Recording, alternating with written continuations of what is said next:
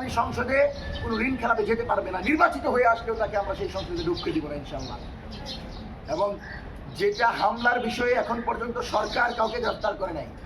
নির্বাচনের পূর্বে আমরা জানি, তফসিল ঘোষণার পূর্বে পূর্ববর্তী যদি কোনো নির্বাচন দেখেন 16 বছরের পূর্বে, তফসিল ঘোষণার পর সেনাবাহিনী দেশের প্রত্যন্ত অঞ্চলে ছড়িয়ে যায়, অস্ত্র উদ্ধার করে, তল্লাশি করে, বিভিন্ন অপারেশন পরিচালনা করে, চাঁদাবাজ সন্ত্রাসীদেরকে গ্রেফতার করে।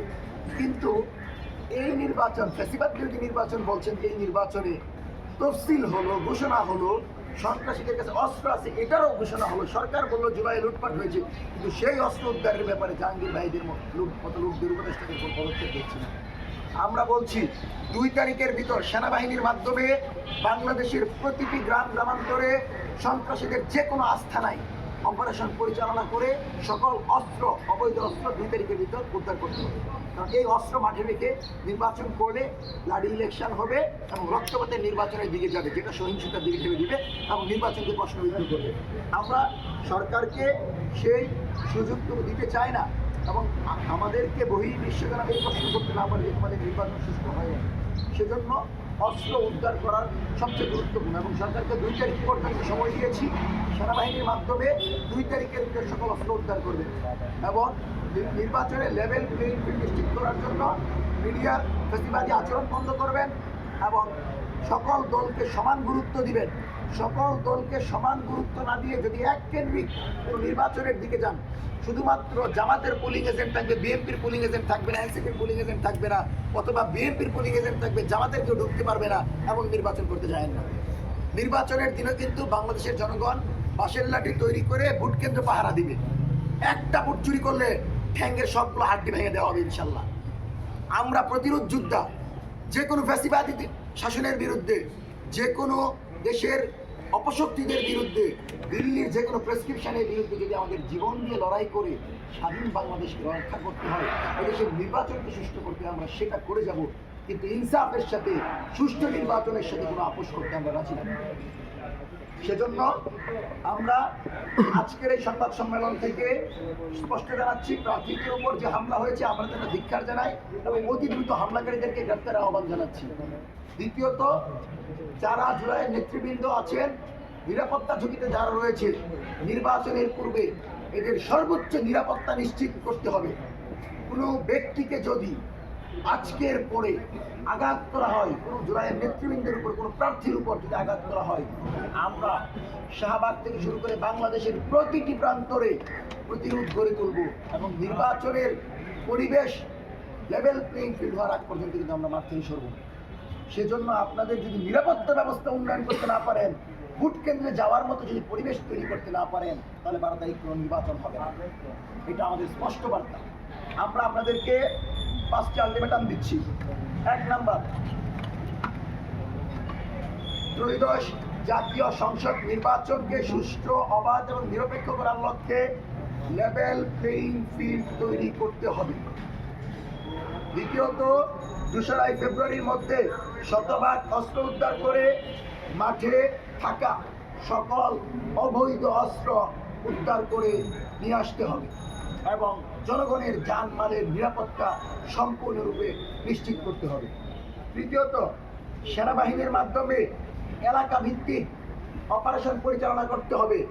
অস্ত্র উদ্ধার শুধু নয়, যারা চাঁদাবাজি, টেন্ডারবাজি, সন্ত্রাসী, আধিপত্য তৈরি করছে এবং নির্বাচনকে নিয়ে যে সকল ষড়যন্ত্র হচ্ছে, বহির্বিশ্বের টাকা পেয়ে যারা নির্বাচনকে ভেঙে দিতে চাচ্ছে, তাদের বিরুদ্ধে সরকারকে পদক্ষেপ নিতে হবে। চতুর্থত, জুলাইয়ের সকল নেতৃবৃন্দের উপর সর্বোচ্চ নিরাপত্তা নিশ্চিত করতে হবে এবং প্রার্থীদেরকে নিরাপত্তা দিয়ে কোনো ধরনের আঘাত যেন তাদের উপর না আসে, সেজন্য অন্তর্বর্তীকালীন সরকারকে দায়িত্ব নিয়ে তাদেরকে সেই নিরাপত্তা নিশ্চিত করতে হবে এবং কোনো প্রার্থীকে অতিরিক্ত প্রোটোকল দেয়া যাবে না। কোনো দলের কোনো প্রার্থীকে এককভাবে অতিরিক্ত প্রোটোকল দেওয়া যাবে না। সে যদি সারা জীবন বিদেশ থেকে এসে টাকা পয়সা নিয়ে বাংলাদেশে প্রধানমন্ত্রী প্রোটোকল নিয়ে ঘুরে, আমরা মনে করি সেটাও লেভেল প্লেইং ফিল্ডের জন্য হুমকি। সুতরাং জামাত হোক আর বিএনপি হোক আর এনসিপি হোক, সবার জন্য বাংলাদেশ সমান। সংসদে যেতে হলে জনগণের ভোটে নির্বাচিত হয়ে যেতে হবে। কোনো শক্তির কাছে কমিটমেন্ট দিয়ে বাংলাদেশের সংসদে আমরা যেতে দিব। পঞ্চম, আমাদের দর্পণ, বাংলাদেশের দর্পণ, মিডিয়ার স্বাধীনতা নিশ্চিত করতে হবে, তথ্য সন্ত্রাস বন্ধ করতে হবে এবং একপাক্ষিক সংবাদ প্রচারের নীতিকে বন্ধ করে লেভেল প্লেইং ফিল্ডের জন্য মিডিয়াকে দিক নির্দেশনা দিতে হবে।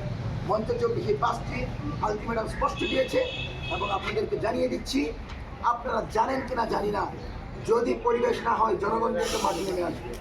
যদি পরিবেশ না হয় বাংলাদেশে কিন্তু নির্বাচন করা সম্ভব হবে না, কারণ সুষ্ঠু নির্বাচনের বাইরে গিয়ে মনের মতো দল কেন্দ্রিক নির্বাচন দিবেন আর সংসদে বসে বলবেন আমরা জনগণের প্রতিনিধি, আওয়ামী লীগের মতো, হাসিনার মতো, সেই সুযোগ আপনাদেরকে দেওয়া হবে না।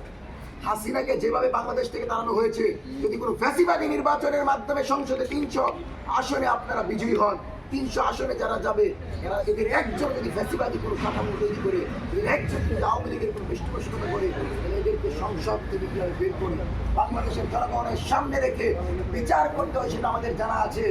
12 তারিখের সংসদ নির্বাচন যদি করতে চান, লেভেল প্লেইং ফিল্ড তৈরি করেন। লেভেল প্লেইং ফিল্ড ছাড়া 12 তারিখে বাংলাদেশে কোনো নির্বাচন হবে না। আমাদের রক্তের উপর দিয়ে দাঁড়ানো ইন্টারিমকে আমরা এক বিন্দু ছাড় দিব না।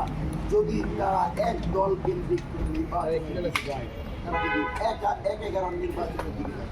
সুতরাং এই বিষয়গুলোকে আমলে নিয়ে সরকার দ্রুত সময়ে পদক্ষেপ নিবে সে আশাবাদ ব্যক্ত করে মঞ্চ 24-এর আজকের সংবাদ সম্মেলন এখানে সমাপ্ত করছি। একটি ছোট্ট ঘোষণা দিতে লেট হলেও জরুরি ঘোষণা। বাংলাদেশের জুলাই আন্দোলনকে যারা নেতৃত্ব দিয়েছে তাদেরকে নিয়ে, বেশিরভাগ বিরোধী সকল দলগুলোকে নিয়ে হ্যাঁ ভোটের পক্ষে বাংলাদেশের সকল বিভাগীয় শহরে মঞ্চ 24 গণভোটে হ্যাঁ ও দুর্নীতি বিরোধী ক্যাম্পেইন করবে। তারই অংশ হিসেবে শাহবাগে 30শে জানুয়ারি সকাল 10টায় হ্যাঁ ও দুর্নীতি বিরোধী ক্যাম্পেইন যাত্রা শুরু করবে। আমাদের দুর্নীতি বিরোধী ক্যাম্পেইনের গাড়ি উদ্বোধন হবে এবং এখান থেকে আমরা প্রার্থী যাচাই এবং গণভোটের ক্যাম্পেইন ঢাকা শহরে 4 দিন অব্যাহত রাখবো।